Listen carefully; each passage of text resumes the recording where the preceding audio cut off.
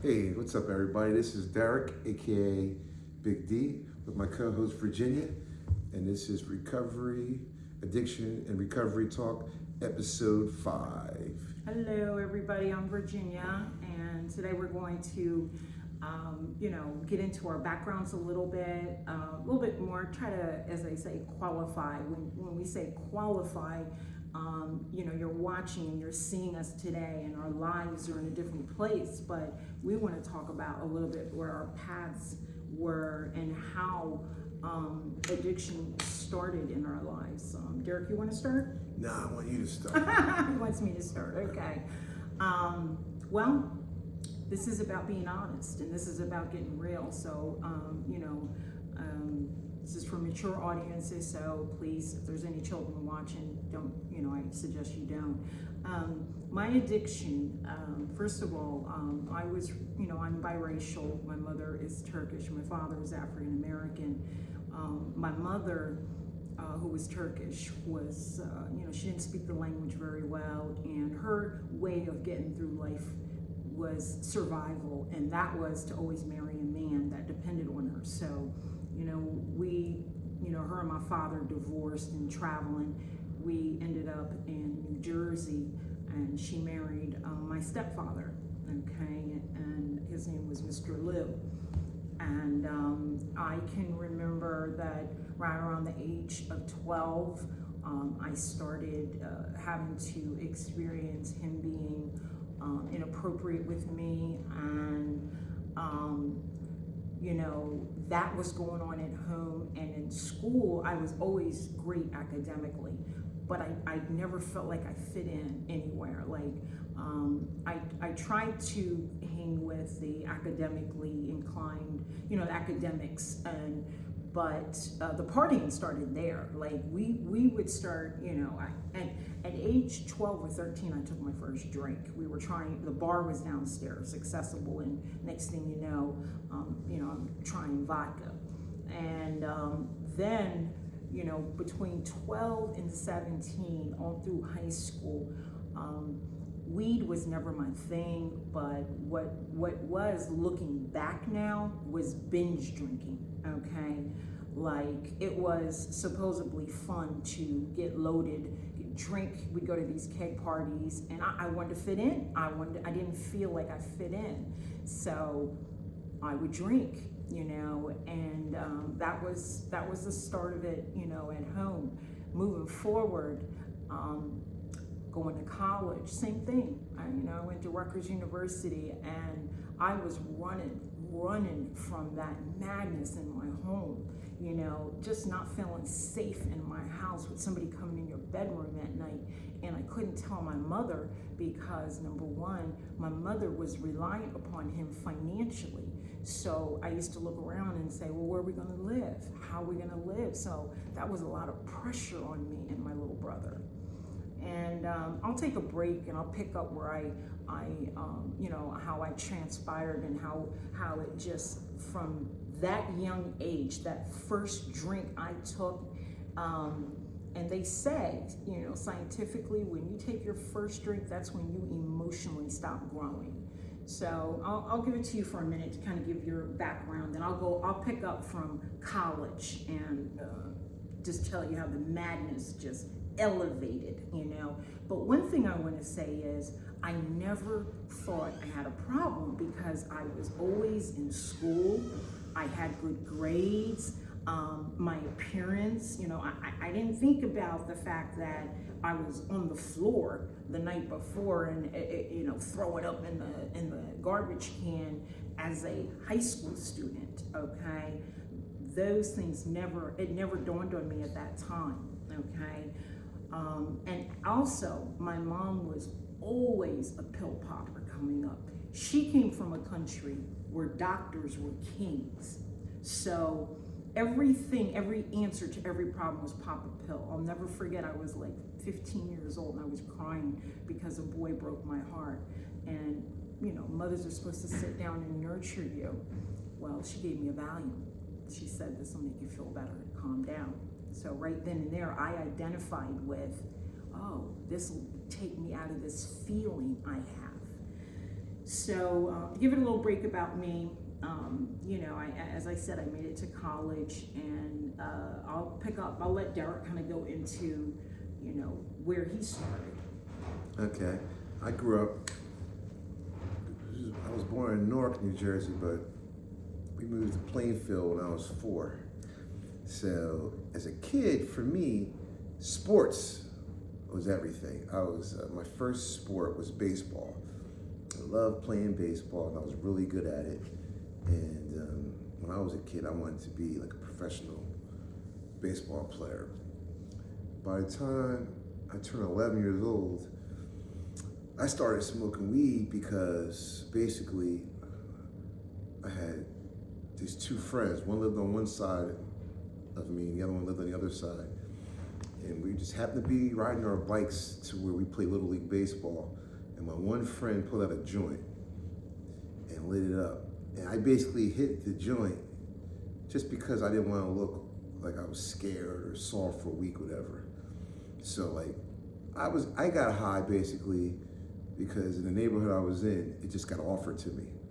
So I didn't seek out to get high. I got high when it was around, when it was available. And by the time I think I was in 7th grade, I started playing football, organized football, and then I really found out how good I was in football. I was really good in football. And then when I was 13, we moved to Brielle, New Jersey, and then I couldn't play my first year there. I was in 8th grade because Pop Warner had a weight limit of 125. I was like 150 in 8th grade. It was big. And so like the next year I played freshman football. And so it was like everybody in town was waiting for me to be able to play. And I played, and I was really good. I was the man.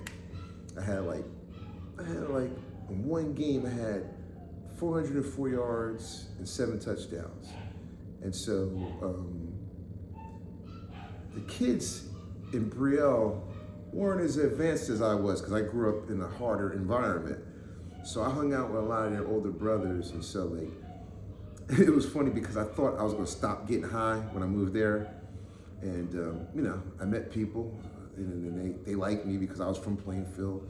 And then when I was a freshman in high school, I used to sell weed, and I sold loose joints because back then joints were $1. Like 13. I would get like now by the time I was in high school I was 14, but Okay. weed was really cheap. You could buy like a half ounce of weed for like $20, $25, and roll like 50 something joints. So I did that. So basically I could smoke for free. Then I ended up making money, whatever. But that's and then by the time I was a freshman in high school, I was smoking weed all the time. And then like now I'm in high school, and so like I was popular because of football, and I was getting invited to parties and stuff like that. And then like you were talking about keg parties and stuff like that. Mm-hmm. But that's how it all started, But my dream was to be first a professional baseball player, and then when I found out how good I was in football was like my sport, and I focused on that through high school. But it's hard to fulfill your dream when you have a problem, when you smoke weed all the time, and then on the weekends we would turn it up a notch with the drinking, and then other drugs came into play. We started doing speed and tripping off of different things, and then cocaine once in a while. And then that's how I started. And I was, believe it or not, I was an honor roll student until I started getting high. That's when my grades started slipping, and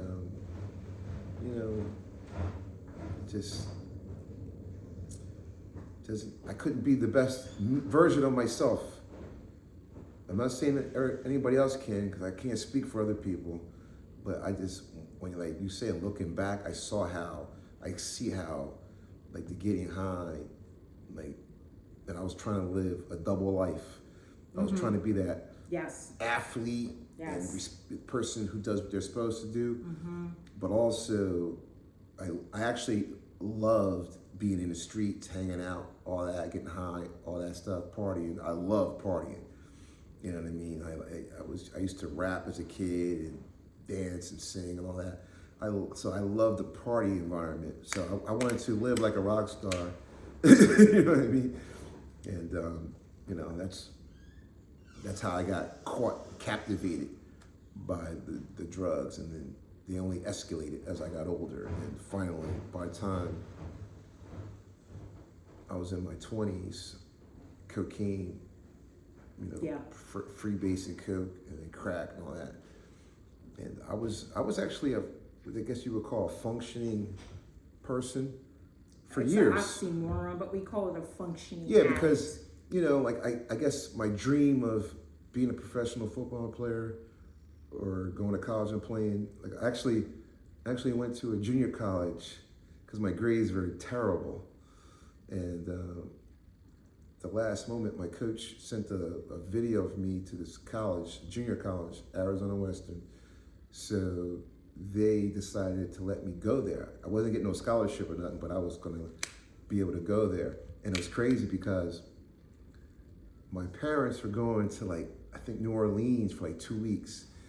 And like my whole neighborhood was waiting for that. We were gonna party, you know what I'm saying? We were ready. I had everything ready.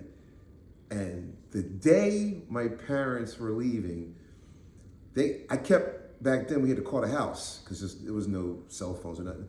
And I kept calling the house, and I called the house just to see that if they were gone. And I called, and my mother answered. She was like, "Yeah, we're getting ready to go," but she said this college called Arizona Western called, and you got to accept it. They'll let you go, but you got to let us know right now, because if you want to go, instead of us going to New Orleans, we'll drive you to Arizona. So I had to make the decision right then and there, and I decided to go to Arizona. So I went to Arizona, and so we didn't go that day. I think we went like 2 or 3 days later, and it was crazy. My uncle, who's not here no more, he used to be a drug dealer, and somehow he came when he was there. He gave me a pound of weed, my uncle, and I tried to smoke the whole thing in 3 days with my friends before I went to Arizona. Matter of fact, what I didn't smoke, I gave to them because I was saying, yeah, I'm gonna stop doing drugs. Yeah.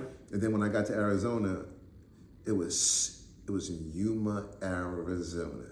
That's like, I think 30 minutes from Mexico and like 10 minutes from California. So it was in the desert. So by the time I got out there, you know, it was so hot. We used to practice, I think, like 7 in the morning or 7 at night because it was so hot. And so they let me, you know, try out for the team.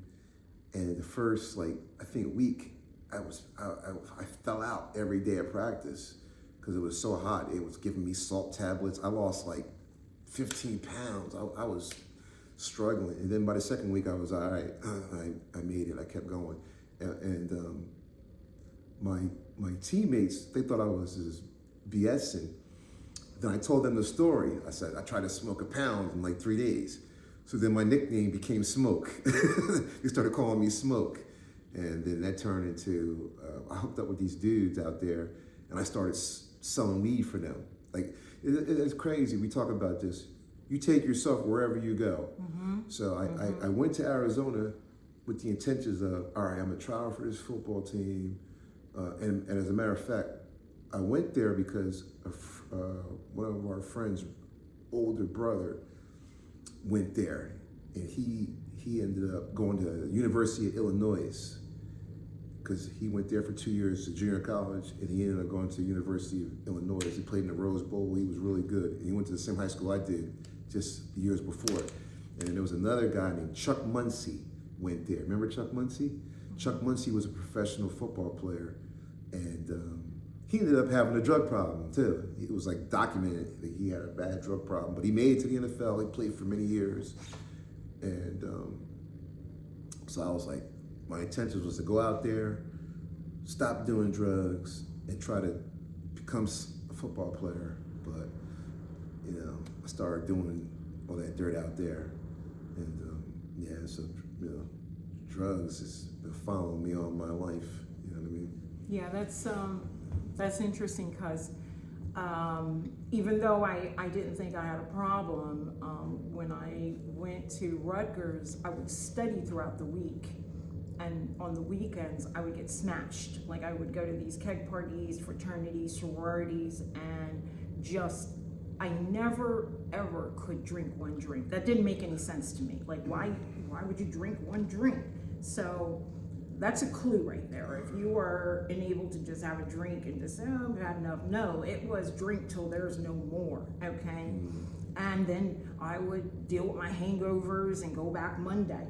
But what happened was I had, not a roommate, but I had one of the girls that lived in my house, and her and I got introduced through another student at Rutgers to cocaine, okay? And we started snorting on cocaine, and I remember, oh my gosh, my first experience with that was the three of us, okay, get in a car, Rutgers students, okay, three pretty young, attractive girls, okay, we drive to New York, okay, we're like going up in this building because the girl that we were with, I'll never forget her name was Esperanza. Esperanza, like, I didn't know at the time, but she was like a 7-year student at Rutgers. She just kept failing and failing. She just kept staying there. And her thing was when anybody wanted to hook up, you go to her. So me, Esperanza, and my other friend, that I'll leave her name out for respect of privacy, went and we knock on this door. We go up in just like the hood of New York, the hood. Like guys are out there, and you can tell they're packing, and that didn't matter to us. We were just like, we wanted to get high. We're following somebody else, and I was scared. I could have pissed my pants when that guy opened he like opened this little window. He's like, which one? Blah, blah, blah. And I'm like, give him the money, give him the money. So we're sitting there, and then, we get the package, and we're looking at it, and I remember one of the dudes was like, get the F out of here, go. And I was just like, oh my gosh, So we get in the car, now we're snorting cocaine. So I graduated from alcohol to cocaine, okay? And it was a 3-day binge. We snorted for 3 days. We ended up in New York with no money. We hooked up with these 2 guys, went to their house, did all their drugs, didn't even have, nasty, like really nasty. Like we went from these like just nicely cute dressed college girls, and I'm pissing in an alley in New York, okay? This is where I'm at now. So, and when I came down from the drugs, I was so depressed. I was like, oh my God, anybody that does cocaine, you elevate real high and then you crash. So I was crying my butt off. And you would think I learned my experience, but we'll find out later on that wasn't enough pain for me. So we somehow got the money from one of our friends that, we got a ticket. We got back to the campus. We got back to the train station where her car was, okay. And we went back, and I was like, I'm never doing this again. That was terrible. I was so ashamed of myself, but that wasn't the case, okay. We were, we would like hold off for like a month or so, and then, my girlfriend would say, let's get some. We get some more, and I'm still maintaining my drugs. My grades, my grades, because my goal was to go to law school, become an attorney, okay? And as this time is going on, emotionally, I'm really getting screwed up in the head, I worked as a waitress in a bar. I was a cocktail waitress, and I was a good one, man. I worked the whole room, And of course, my friends would come to the bar, and I give them free drinks. So, there goes another avenue. And what we would do when we worked in a bar, then all of the employees after work, we would get off work and go drink at another bar. So my association with always having fun and activities always somehow led to drugs and alcohol. So, years are going by, and by the grace of God, I'm still maintaining my grades, but I fall in love. I meet somebody from a different university, and that pulled me away from it for a while because all I was doing was really trying to fix myself in somebody else. So he was a star athlete getting drafted, in the NFL, and because at the time my emotions were screwed up and I didn't really know who I was, I felt like I would be validated and loved if somebody that was had success. Like I never felt like I was good enough. I didn't. So I poured all that insecurity into him, and he had his issues, but that's not what this is about me talking about me. And then I pop up pregnant. Oops. And I ended up leaving Rutgers, and I ended up traveling with him where he was drafted at, and I was not using at the time. I was still going out and drinking with friends because it's all social, that whole life, that whole professional athlete life. First of all, I'm a kid. I'm just a kid. I'm 21 years old. Now I have a baby, and that was my firstborn, Moet. And, it was always about validating me and trying to figure out, how the world could see me better.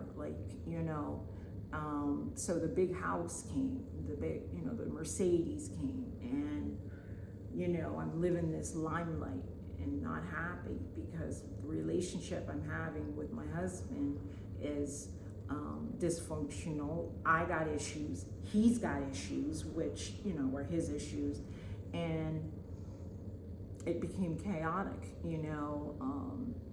I remember I met a friend out there, and this just goes to show you, drugs will follow you, like Derek was talking about. Okay, I'm in a new state, new environment, new lifestyle, and they say that, if you or someone that uses, or if that's your personality or whatever, you will end up seeking out another person. It almost happens unintentionally. It's like the energy or something. But she was this beautiful model, and she dated one of the players, and next thing you know, it's like, she's like, oh, you do coke? And at the time I just sniffed it, it was okay. So we did it a couple of times. That was not a heavy use period of me, but what it did lead to is it led to opiates. I think I was prescribed some pain for a toothache, and I remember taking that first pill, and when I took it, it was like, oh my God, I'm calling the president. This is what I want to feel like nothing. I want to feel like I'm on a cloud. And I loved opiates. I loved my opiates. I left the coke alone. I graduated into painkillers, okay? And they're prescribed. And everyone's prescribing me to, because I'm married to this guy who's a celebrity. So doctors would just throw him out to me. And I'm trying to deal with the chaotic emotional life. I'm dealing with my partner, and all kinds of issues are coming up, like, infidelity, and, other children were coming out of the relationship, and I'm already all messed up in the head. So piling this onto me, I just wanted to escape. And so the pills kept going, and that led me to my first rehab, okay? And that was my first experience with going to a rehab. Yeah, it's crazy. So just want to wrap it up. I got introduced to recovery after getting sick and tired of being sick and tired. It took a while. I had to go through all kinds of stuff. But today, I'm in recovery. And I am too. We are both clean and in recovery, and we have great lives. But we're here to share our story, and it is a long journey. So we hope that you like and subscribe so we can continue to carry the message to the world about this pandemic. Make a comment, reach out. Let's fight this let's fight this pandemic together, because as you continue to hear our stories, they get worse and they get worse and they get worse. You know, we always want to close with the fact that we are clean, we have great lives today, but there's a process that took us there, right, Dee? Yeah, and I just want to say, you know, the program that we're in has suggestions. They're not commands. This is, you come and go as you please. But I took a lot of those suggestions. Like, I have a sponsor, I have a home group, I make meetings regularly, I do step work, I work on myself, I have a higher power. One of the things I like to do is give, like, to the community. Like, I got this shirt on, security, because I did security for this event where a lot of the kids from my church are boxers. So I went there, did security. You know, when I do stuff like that to help out, because a lot of stuff was given to me, a lot of blessings. The fact that I was able to go to a rehab and a program to get my life together, that's the gift that keeps going. Giving, you know what I mean? I'm free from active addiction. Also, I get to work on what, for me, like, I'm an addict through and through. It's I put down drugs and I picked up everything else that's negative for a while. Like, if you're not working on yourself, and same with me, gambling, shopping. Well, like I said, just keep watching, because we're going to tell our whole story. I even have a problem with food. Like, if I eat, you know, what was that commercial, Lay's potato chip? You just can't eat one. Like, you know, everything. Me too. So, like, I have to learn how to live and treat myself right, and you know, have you know, discipline. So I'm big on doing things that require discipline, and that helps me become the best version of myself. And I think a lot of it is because I had talent to do something and I wasted it. So, and same here. Like, we're entrepreneurs today.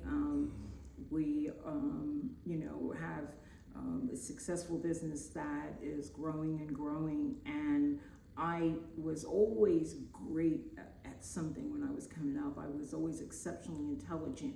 And, you know, I missed so many opportunities. I missed so many opportunities. And so next episode, I'm going to pick up from when, you know, what happened as far as my experience with rehab, because I wasn't a one-time winner. That first rehab wasn't enough for me. So, you know, my pain had to keep coming, and along the way, I had people that I hurt, and I hurt them a lot, you know, and this is my way of making amends to the world and to my higher powers. So if anybody's out there, Derek and I always want to say, hang on, you know, just don't pick up, because look at us, it gets better. And not only gets better, you can live the life of your dreams. You can, isn't that right? For sure. I mean, we weren't born to be drug addicts. I mean, that's a choice. It's not your fault. And it's your responsibility, but not your fault. If you get caught up in it, you know, there's help out there to get, you know, get on track. And I mean, like, I feel like I'm just beginning to reach my potential in a lot of areas. Like, and I feel like, especially with how modern medicine is, I can live for a long time. So I might have another 40 or 50 years till I can really, you know. Yeah. I'm like, you know. I feel like I'm in my prime now too. But that doesn't mean like physically, just I'm talking about emotionally, spiritually. I'm talking physically, mentally, emotionally, and spiritually. I'm just talking about me, because I'm still physically. You know. I'm just getting started. Look at this. That's just one area of my life. You know what I mean? And that's my gift. I have the drive and I have the will. Like, and I want to continue to do this. I'm committed. When I make up my mind, I want to do this once a week, and you know, see where it goes, and hopefully somebody can get something out of it. You know what I mean? Yep. So I always want to close with dedicating each episode to my daughter, Moet, who, as we know, is one of those statistics of children that die from drug addiction. And as a mother, you're never whole again. If there's any mothers out there, and you have children with addiction, I'll be talking more about that in the future episodes, but I understand how you feel if you've lost a child. Just keep watching. Maybe we can tell you something that helps you move forward, because today I'm at peace, but it was a process. And with that, I'm done. Bye, everybody. See you next week. Next week.